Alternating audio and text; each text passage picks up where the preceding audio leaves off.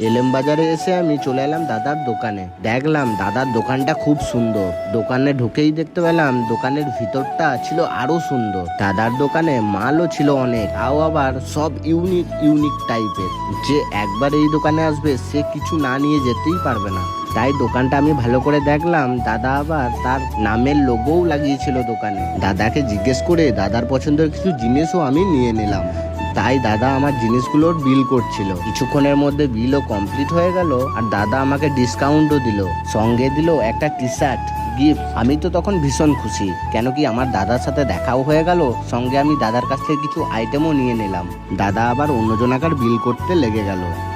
বিল করা কমপ্লিট করে আমাকে নিয়ে চলে গেল একটা কোল্ড ড্রিঙ্কসের দোকানে। বললো কোল্ড ড্রিঙ্কস খাবে চলো। আমিও দাদার সাথে কোল্ড ড্রিঙ্কস খেতে চলে এলাম এবং আমি একটা কোল্ড ড্রিঙ্কসও খেয়ে নিলাম। তারপর দাদার সাথে একটা দুটো সেলফি নেওয়ার পর আমরা বেরিয়ে পড়লাম বাড়ি আসার উদ্দেশ্যে। আসার পথে একটা চায়ের দোকানে দাঁড়ালাম আর এক কাপ করে আমি আর রাজা চা খেয়ে নিলাম। চাটা ওই কাকাটা দারুণ বানিয়েছিল, তাই আমার এই চাটা দারুণ লেগেছিল। ফাইনালি আমি পৌঁছে গেলাম বাড়ি, আর ব্যাগগুলো হাতে ধরে আমি বাড়ির দিকে যেতে লাগলাম।